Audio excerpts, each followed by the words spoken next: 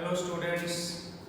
तो आज हम हमारा जो नेक्स्ट टॉपिक है रिलेशन के बाद फंक्शन, उसके बारे में पढ़ेंगे। ठीक है, फंक्शन जो होता है वो मैथमेटिक्स में बहुत ही इम्पोर्टेंट रोल प्ले करता है। This is the most important building block of mathematics. ये एक बहुत ही बड़ा, बहुत ही इम्पोर्टेंट टॉपिक है मैथमेटिक्स के अंदर। जो हमारे पास जो है डिफरेंशियल कैलकुलस, इंटीग्रल कैलकुलस, जो काफ़ी सारे टॉपिक्स हैं उनमें फंक्शन का हमारे पास यूज होता है। तो बेसिकली हम इस फंक्शन का जो मीनिंग अगर हम पढ़ें तो ये फंक्शन जो वर्ड है वो हमारे पास आया है लैटिन से। लैटिन से ये हमारे पास वर्ड आया है जिसका मीनिंग हमारे पास क्या होता है, ऑपरेशन। जिसका मीनिंग हमारे पास क्या होता है, ऑपरेशन होता है। ठीक है, और बेसिकली फंक्शन जो होता है वो basically as a special type of relation. Function जो होता है वो एक स्पेशल टाइप का रिलेशन होता है। या हम बोल सकते हैं कि जो भी फंक्शन है वो एक टाइप से रिलेशन ही होगा।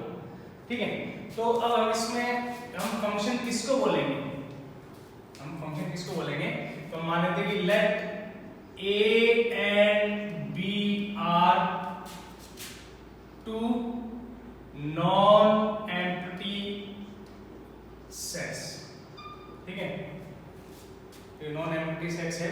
then a relation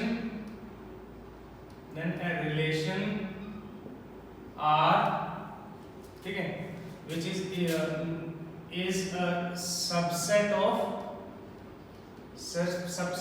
A cross B। Partition product का वो क्या होगा, हमारे पास सबसेट होगा। is called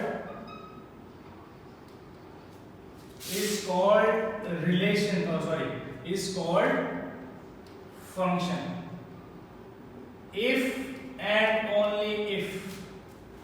तभी हम उसको बोलेंगे। तो if and only if के बाद मतलब हमारे पास फंक्शन के लिए जो है दो कंडीशंस आ जाएंगी। दो कंडीशंस होती है। पहली कंडीशन क्या होती है, ठीक है, पहली कंडीशन क्या होती है हमारे पास इसमें रिलेशन में, कि जो हमारे पास रिलेशन में पहली कंडीशन हमारे पास ये होती है कि कोई भी एलिमेंट अगर हमारे पास है, for every A is element of A, ठीक है, have B element of B। ठीक है, इसका मतलब क्या है कि अगर हम यहाँ पर रिलेशन लिखें कि रिलेशन है हमारे पास कोई भी, तो उसमें अगर किसी भी सेट के ऊपर डिफाइंड है वो रिलेशन, तो जैसे A to B है, ये रिलेशन हमारे पास A to B है, तो A की हर एक वैल्यू के लिए हमारे पास B में वैल्यू होनी चाहिए। ठीक है, या हम ये बोले कि A की हर एक वैल्यू के लिए B में हमारे पास इमेज होनी चाहिए।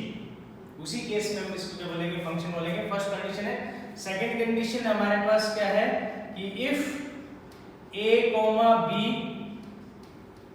ठीक है, अगर हमारे पास A, B लाई कर रहा है रिलेशन में, ठीक है, एंड A, C अगर रिलेशन में लाई कर रहा है, इसका मतलब ये है कि B is equal to C होना चाहिए।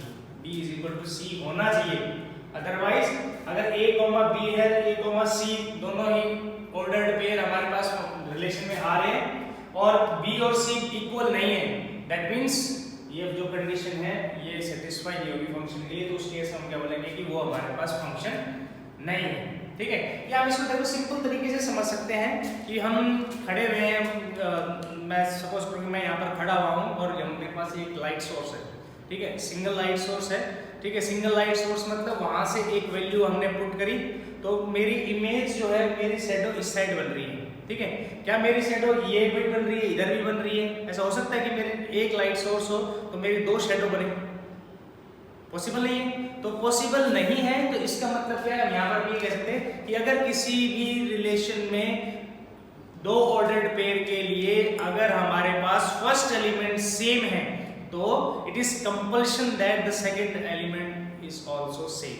कि फर्स्ट एलिमेंट अगर हमारे पास सेम है तो सेकंड एलिमेंट भी जो होगा वो सेम होना चाहिए, अदरवाइज वो फंक्शन नहीं होगा।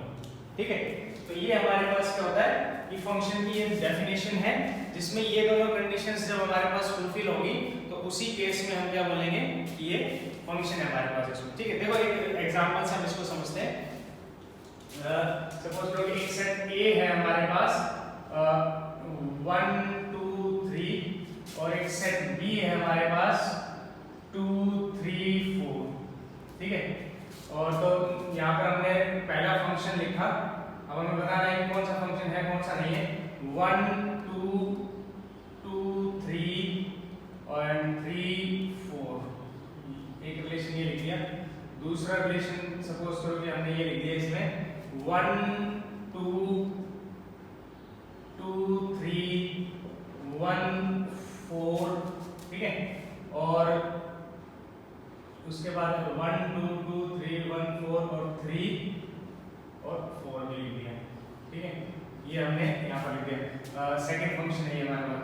थर्ड फंक्शन अगर हम यहाँ पर ये लिखते हैं कि 1 2 2 3, ये हमने लिख दिया इसमें। ठीक है, तो हम यहाँ पर चेक करेंगे कि इन दोनों कंडीशंस को समझते हुए अगर हम चेक अब यहाँ पर हम चेक करेंगे कि कौन सी दोनों कंडीशंस यहाँ पर सेटिस्फाई हो रही है नहीं हो रही है।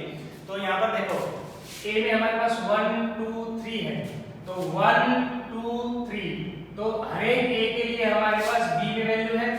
ठीक है, यहाँ पर 1 है तो इसके लिए हमारे पास ये 2 आ रहा है, यहाँ पर 2 है इसके लिए हमारे पास ये 3 आ रहा है, यहाँ पर 3 है इसके लिए हमारे पास 4। मतलब हर एक वैल्यू ए के सेट की हर एक वैल्यू के लिए हमारे पास बी में वैल्यू अवेलेबल है। तो इसका मतलब देखो, इसका मतलब ये पहली कंडीशन सेटिस्फाई होगी। दूसरी कंडीशन में क्या दो ऑर्डर्ड पेयर का फर्स्ट एलिमेंट सेम तो नहीं है, ठीक है, वो भी नहीं, इसका मतलब ये हमारे पास फंक्शन हो जाएगा।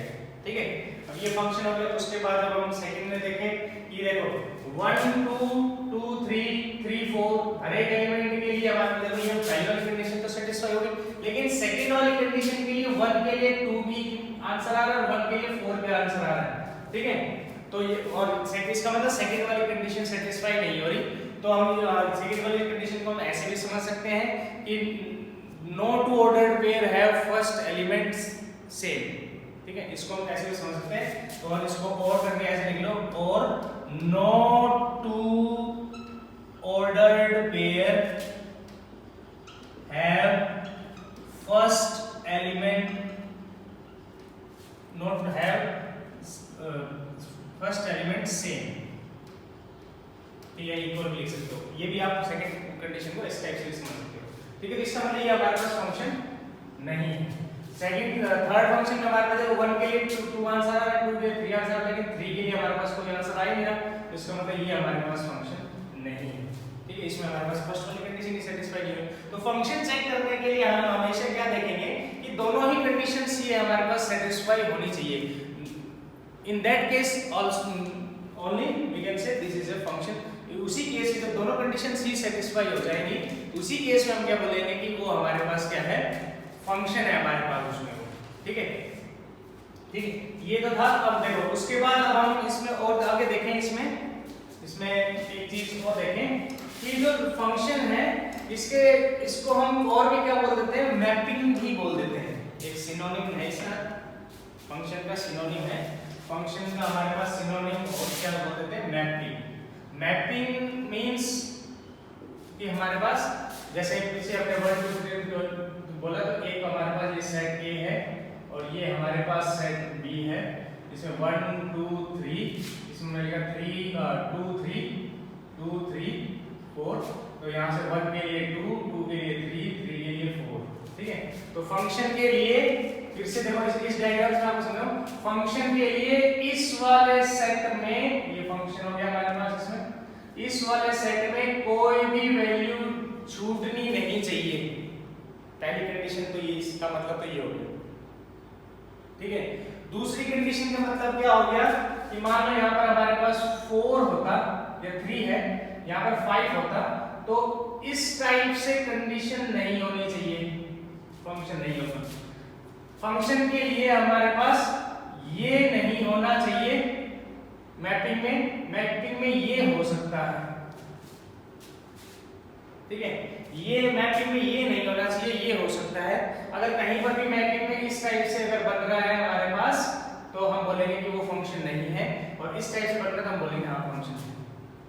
सिर्फ इस टाइप से, अगर इस टाइप के साथ ये भी आ रहा है तो फिर फंक्शन वो नहीं होगा। ठीक है, ये तो था हमारे पास मैपिंग के लिए। देखो कुछ एग्जांपल्स हम पढ़ते हैं। जो ये तो डायरेक्टली अभी हमने जो फंक्शन पढ़े हैं उसमें हमें बहुत सीधा वैल्यूज या कोई फंक्शन हमें डायरेक्टली दे दिया था, तो उसके बाद हमने उसको क्या किया था, चेक किया था। ठीक है, उसके बाद हमने उसको क्या किया था, चेक किया था। तो चेक करने के बाद बताया था कि वो फंक्शन हमारे पास है या नहीं है। अब हमारे पास सेट बिल्डर फॉर्म में हमें फंक्शन दे रखा होगा। बिल्डर फॉर्म में अगर हमें कोई रिलेशन दे रखा है तो उससे हम फंक्शन बनाएंगे या उसको हम रोस्टर फॉर्म में चेंज करेंगे। ठीक है, तो रोस्टर फॉर्म में चेंज करने के लिए जैसे हमारे पास हमें मान लो कोई एक सेट ए है, एक ए सेट हमने बोल दिया, सेट ए हमने बोल दिया कि 1 2 3 4। ठीक है, तो पहला हमें फंक्शन बोला है, पहला फंक्शन बोल दिया कि भाई x y such that y is equal to x plus 1। एक हमें फंक्शन ये बोला है। ठीक है, सेकंड हमें बोल दिया, सेकंड फंक्शन हमें बोल दिया कि f1 और f2 is equal to such that x y। ठीक है, इसका मतलब क्या है कि रिलेशन ऑन सेट a, मतलब a का a के साथ ही रिलेशन है, such that x plus y is greater than 4। ये इस टाइप से हमें रिलेशन दे दिया इसमें। ठीक है, थर्ड फंक्शन हमें बोल दिया, थर्ड फंक्शन हमें बोल दिया इसमें कि x y such that, यहाँ पर हमारे पास रिलेशन लेते हैं कि y is less than x such that y is less than x। ये हमारे पास तीसरा फंक्शन बोल दिया इसमें। ठीक है, चौथा फंक्शन सपोज करो हमें मान लो ये बोल देते हैं कि फोर्थ फंक्शन में कि भाई x y such that x plus y is equal to 5। ठीक है, ये हमें रिलेशन दे दिए, फंक्शन दे रखे हैं चार।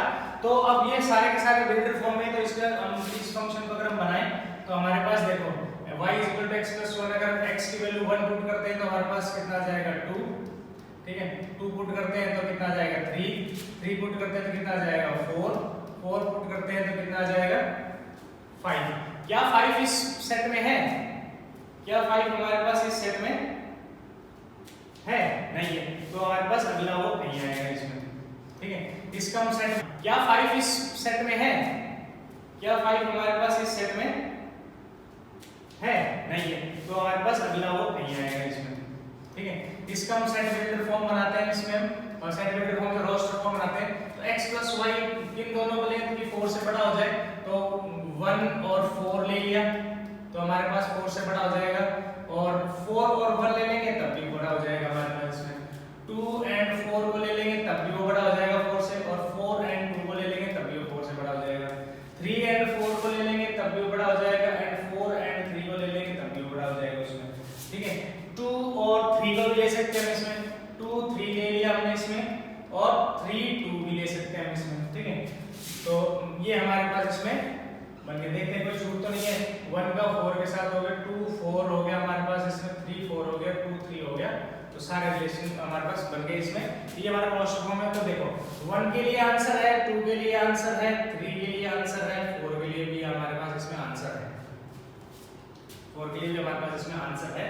लेकिन कोई फर्स्ट एलिमेंट तो सेम नहीं है कहीं, फर्स्ट एलिमेंट तो सेम, ये तो हमारे पास फंक्शन नहीं था, नहीं, क्योंकि 4 के लिए नहीं था। ठीक है, तो इसमें देखो यहाँ पर हमारे पास 2 है, यहाँ पर भी हमारे पास 2 है, तो 2 4 भी आ रहा है, 2 3 भी आ रहा है।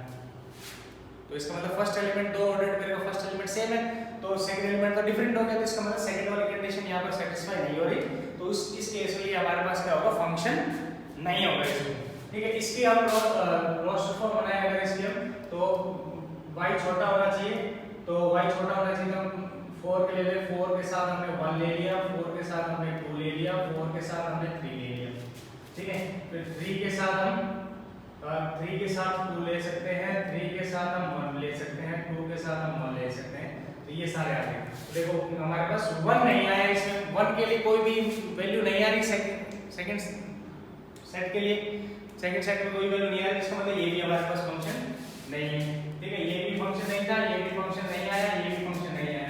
इसके लिए हम रोस्टर फॉर्म बनाते हैं इसमें f4 के लिए, कि 2 का जोड़ 5 होना चाहिए, तो 1 + 4 1 4 4 1 ये 5 हो जाएगा। उसके बाद 2 3 एंड 3 2 ये भी 5 हो जाएगा। उसके बाद और 5 किससे बनेगा, और 5 किसी से नहीं बनेगा, तो ये इसका आंसर। तो देखो 1 2 के लिए 3 के लिए 4 1 2 3 4 सबके लिए आंसर आ रहा है, इसमें सबके आंसर आ रहा है। और फर्स्ट एलिमेंट जो है किसी में भी सेम नहीं है, तो ये फंक्शन हमारे पास हो जाएगा इसमें, ठीक है। तो इस टाइप से हम चेक कर सकते हैं। एक दूसरा मेथड और होता है हमारे पास इसमें, जैसे आपको अगर इस टाइप से कंफ्यूजन हो रही है कि भाई यहाँ भी ये हमारे पास फंक्शन है या नहीं, कैसे पता चलेगा, तो हम इसको क्या करेंगे कि मैपिंग बना लेंगे। जैसे इसकी मैपिंग बनाएंगे तो हमने सेट ए लिखा, और इसकी मैपिंग बनाने के लिए हमने सेट बी फिर से ए लिखा, a टू a यहाँ पर ये फंक्शन है f1, तो इसमें 1 2 3 4, और इसमें भी 1 2 3 4, 1 का 2 के साथ, 2 का 3 के साथ, 3 का 4 के साथ, 4 छूट गया यहाँ पर। आपको बताया था मैंने मैपिंग पता करने में कि अगर फर्स्ट वाले सेट में अगर कोई भी एलिमेंट, एक भी एलिमेंट अगर छूट जाता है, रह जाता है, जिसके लिए कोई आंसर नहीं आ रहा, तो इसका मतलब वो फंक्शन नहीं है, मतलब पहली वाली कंडीशन ही सेटिस्फाई हमारे पास नहीं हो रही यहाँ पर, ठीक है, तो ये फंक्शन नहीं होगा। इसके लिए जब हम मैपिंग बनाएंगे तो हमने a लिखा, ये हमने b लिखा, फिर b की जगह तो a ही है, तो ये हमारे पास f2 फंक्शन है। 1 2 3 4 1 2 3 4, 1 के लिए 4, ठीक है, फिर 4 के लिए 1, ठीक है, और 2 के लिए 4, 2 के लिए 4, ठीक है, और 4 के लिए 2, ठीक है, उसके लिए 3 के लिए 4 और 4 के लिए 3, ठीक है, ये चीज है।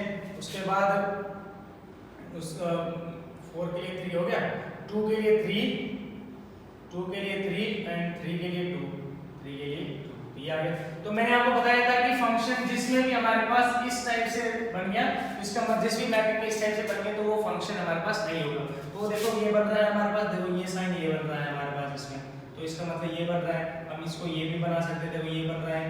तो काफी सारे हमारे पास 3 के 3 पुट करने पे हमारे पास 2 भी आ रहा है आंसर, हमारे पास 4 भी आंसर आ रहा है, 4 पुट करने पे 2 भी आ रहा है, 3 भी आ रहा है, 4 भी आ रहा है। मतलब एक सेम फर्स्ट एलिमेंट के लिए सेकंड एलिमेंट डिफरेंट होते जा रहे हैं, तो इसका मतलब क्या है कि वो फंक्शन नहीं है। इसकी मैपिंग बना लेंगे हम इसमें, ये 1 2 3 4, इसकी मैपिंग बना लेंगे हम 1 2 3 4, ये दोनों हमने सेट लिख दिए, a टू a हमारे पास f3 फंक्शन है। तो इसमें हमारे पास 4 के लिए हमारे पास कितना आंसर है 1, 4 के लिए 2, देखो आगे जाने की जरूरत ही नहीं, देखो यहीं पर हमारे पास ये साइन बन गया इस टाइप वाला, तो इसका मतलब ये फंक्शन है ही नहीं। इसके लिए हम अगर मैपिंग बनाए तो ये सेट a हो गया, और सेट a टू a हमारे पास यहाँ पर फंक्शन है f4, 1 2 3 4, 1 2 3 4, तो 1 का 4 के साथ और 4 का 1 के साथ, 2 का 3 के साथ, 3 का 2 के साथ, तो देखो इसमें इस टाइप का साइन कहीं भी नहीं बन रहा है और कोई भी एलिमेंट इसमें छूटा भी नहीं है। इसका मतलब ये फंक्शन हमारे पास हो जाएगा, ठीक है। तो इस टाइप से हम क्या कर सकते हैं, फंक्शंस को आइडेंटिफाई कर सकते हैं, रिलेशंस को आइडेंटिफाई कर सकते हैं कि कौन सा रिलेशन हमारे पास फंक्शन है और कौन सा रिलेशन हमारे पास फंक्शन नहीं है, ठीक है। तो ये चीजें मैंने आपको सारी चीजें तरीके से समझा दी है कि फंक्शन हम इसमें किसको हम फंक्शन बोलेंगे, किसको फंक्शन हम नहीं बोलेंगे इसमें, ठीक है। नेक्स्ट हमें पता ही है इसमें, देखो इसी में कर लेते हैं कि हम आपको समझा दी थी रिलेशन वाले जब टॉपिक हमने किया था कि डोमेन हमारे पास क्या होती है, डोमेन क्या होती है, जो मैपिंग के हिसाब से पढ़े हम, तो पहला जो सेट है उसको हम डोमेन बोलते हैं। मतलब पहले सेट में जिन वैल्यूज के आंसर आ रहे हैं, जैसे इसके लिए हम डोमेन लिखें, इसके लिए हमारे पास डोमेन हो जाएगी 1 2 3, इसके लिए डोमेन लिखें तो इसके लिए डोमेन हमारे पास क्या हो जाएगी, फर्स्ट वाले एलिमेंट से ही, फर्स्ट वाले सेट से लिखना है 1 2 3 एंड 4। इसके लिए डोमेन लिखें तो डोमेन हमारे पास क्या हो जाएगी, इसके लिए पूरा नहीं बनाया हमने, और 4 के लिए 3 भी है, 4 के लिए हमारे पास 3 भी है, और 3 के लिए हमारे पास 2 है, 3 के लिए हमारे पास 1 है, और 2 के लिए 1 है। तो इसके लिए हो जाएगा हमारे पास 3 4 2 3 4, ठीक है। इसके लिए हमारे पास डोमेन क्या हो जाएगी, डोमेन हमारे पास क्या हो जाएगी इसमें 1 2 3 4, ठीक है, ये चीज हो जाएगी इसमें डोमेन। तो दूसरी चीज है, अगर हम रोस्टर फॉर्म से अगर हम देखें तो डोमेन हम कैसे लिखेंगे कि सारे ऑर्डर्ड पेयर के फर्स्ट एलिमेंट को अगर हम एक सेट बना के लिख दें तो वो डोमेन बन जाएगा, ठीक है। सेकंड टर्म हमें उसमें रिलेशन वाले पढ़ी थी कि रेंज क्या होती है। रेंज होती है हमारे पास जो ऑर्डर पेयर का जो सेकंड एलिमेंट्स का अगर हम सेट बना दें तो उसको हम क्या बोलते हैं, रेंज बोल देते हैं। जैसे इसमें 2 3 4, ठीक है। इसमें अगर हम रेंज लिखें तो यहाँ पर रेंज हमारे पास क्या हो जाएगी 1 2 3 4। इसमें हमारे पास रेंज लिखें तो इसमें रेंज हमारे पास क्या हो जाएगी 1 2 3, ठीक है। इसमें अगर हम रेंज लिखें तो यहाँ पर हमारे पास रेंज क्या हो जाएगी 1 2 3 4, ठीक है। इस टाइप से हम रेंज ले सकते हैं। नेक्स्ट इसमें आपको टर्म बता दें कोडोमेन के बारे में। कोडोमेन हमारे पास क्या होती है कि वो सेट जिसमें रेंज लाई करे, तो इसमें हम कोडोमेन लिखें, कोडोमेन। अगर इसमें हम कोडोमेन लिखेंगे तो जो रेंज कौन से सेट लाई कर रही है, इस वाले सेकंड वाले सेट में हो जाएगी 1 2 3 4। तो इसमें भी हमारे पास ये आ जाएगी, इसमें भी हमारे पास ये आ जाएगी, इसमें भी हमारे पास ये आ जाएगी, क्योंकि सारे उसी सेट में लाई कर रही है रेंज इसमें, ठीक है। रेंज के लिए आपको मैंने ये बताया कि रेंज जो है वो कोडोमेन के इक्वल भी हो सकती है और उसका सबसेट भी हो सकता है। इस चीज को आपको बहुत ही इंपॉर्टेंट पॉइंट है, इसको आपको बहुत ध्यान रखना है इसको, ठीक है। ये चीजें आती है हमारे पास अबाउट फंक्शंस थोड़ा इंट्रोडक्शन। लेकिन अब एक टर्म और आती है हमारे पास, इसमें एक टर्म और आती है जिसको हम क्या बोलते हैं इक्वल फंक्शंस कौन से होते हैं, ठीक है। इक्वल फंक्शंस हम किनको बोलेंगे, ठीक है। इक्वल फंक्शंस हम किनको बोलेंगे मैं आपको यहीं पर बता देता हूं, इसको थोड़ा सा हटा देता हूं। इक्वल फंक्शंस के लिए अगर हमारे पास किसी भी कोई भी दो सेट्स है हमारे पास जिनके फंक्शंस डिफाइंड है, ठीक है। जैसे कि हमने दो फंक्शन ले लिए, एक फंक्शन f ले लिया और एक फंक्शन हमने g ले लिया, ठीक है। एक फंक्शन ये हो गया, एक फंक्शन ये हो गया, ठीक है। अगर पहले ये दोनों इक्वल होने की कंडीशन सबसे पहली क्या होगी कि डोमेन जो है domain of f and g जो होनी चाहिए आर इक्वल होनी चाहिए, ठीक है। पहली कंडीशन हमारे पास ये होती है कि दोनों की जो डोमेन है वो हमारे पास इक्वल होनी चाहिए। दूसरी कंडीशन इसमें हमारे पास है, इसको एग्जांपल एक और समझाऊं। दूसरी कंडीशन इसमें हमारे पास क्या होती है कि दोनों के लिए कोडोमेन जो है वो भी इक्वल होनी चाहिए, कोडोमेन ऑफ f, ठीक है, एंड कोडोमेन ऑफ g, इन दोनों की कोडोमेन इक्वल होनी चाहिए। थर्ड कंडीशन हमारे पास इसमें क्या आती है कि f की हर एक वैल्यू के ऊपर जो वैल्यूज आएंगी वही g के लिए भी हर एक वैल्यू के लिए वही वैल्यूज आनी चाहिए। तो इन अगर ये तीनों कंडीशंस अगर हमारे पास सेटिस्फाई हो रही है, in that case only we can say these two functions are equal, ठीक है। तो अब देखो मैं एग्जांपल लेकर बताता हूं कि एक सेट A है हमारे पास जिसमें 1 एंड 2 एलिमेंट्स हैं, एक सेट B है हमारे पास जिसमें हमारे पास 3 एंड 6 ये दोनों एलिमेंट हैं, और f फंक्शन हमें दे रखा है, f फंक्शन हमें दे रखा है x² + 2, g फंक्शन हमें दे रखा है सपोज करो कि 3x। तो देखो इसमें हम f के लिए अगर लिखें और रिलेशन में जो फंक्शन डिफाइन करेंगे कहां से, fb जो है वो fb क्या है हमारे पास a to b है, ठीक है, और g भी हमारे पास डिफाइंड है a to b। तो f के लिए अगर रोस्टर फॉर्म में लिखें तो अगर हम इसमें 1 पुट करें तो आंसर कितना आ जाता है 3, अगर इसमें 2 पुट करें तो आंसर कितना आ जाता है हमारे पास 6 2 6, ठीक है। तो फंक्शन है ही आपको बताएगा कि हर एक वैल्यू के लिए हमारे पास आंसर आ रहा है और फर्स्ट एलिमेंट भी हमारे पास दोनों का सेम नहीं है। g के लिए अगर रोस्टर फॉर्म में अगर हम इसमें लिखें तो g के लिए हमारे पास क्या आ जाएगा, इसमें 1 पुट करेंगे तो 3 आ जाएगा और 2 पुट करेंगे तो हमारे पास 6 आ जाएगा, देख लो, ठीक है। तो अब देखो इसमें यहां से इसकी डोमेन क्या हो जाएगी, इसकी डोमेन ऑफ f की डोमेन 1 2, ठीक है, और इसकी डोमेन क्या हो जाएगी डोमेन ऑफ g, इसकी डोमेन क्या हो जाएगी इसकी भी 1 2। इसकी अगर हम रेंज लिखें, रेंज की वजह से जरूरत नहीं, रेंज तो 3 6 हो गई, 3 6 हो गई, कोडोमेन लिख देते हैं, कोडोमेन। तो इन कंडीशन में हमारे पास क्या है कोडोमेन होती है, कोडोमेन ऑफ f इज 3 6। यहां पर कोडोमेन हमारे पास क्या हो जाएगी कोडोमेन ऑफ g, यहां पर भी 3 6। देखो ये दोनों कंडीशंस हमारे पास क्या हो रही है सेटिस्फाई हो रही है, ठीक है। अब देखो इसमें कि डोमेन दोनों की सेम है, पहली कंडीशन सेटिस्फाई हो गई, कोडोमेन दोनों की सेम है, दूसरी कंडीशन भी सेटिस्फाई हो गई हमारे पास इसमें, ठीक है, दूसरी कंडीशन भी सेटिस्फाई हो गई।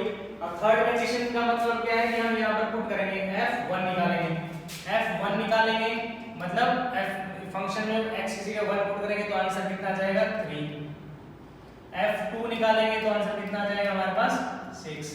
यहाँ पर f1 निकालेंगे तो आंसर कितना आ जाएगा 3। f2 निकालेंगे तो यहाँ पर भी आंसर कितना आ जाएगा 6। देखो ये फंक्शंस की वैल्यू भी दोनों में सेम है, तो ये थर्ड कंडीशन भी सेटिस्फाई होगी, जिसका मतलब ये हमारे पास दोनों फंक्शंस जो हैं वो इक्वल फंक्शंस हैं। ठीक है, इस चीज को, इन चीजों को हमें ध्यान रखना है इसमें।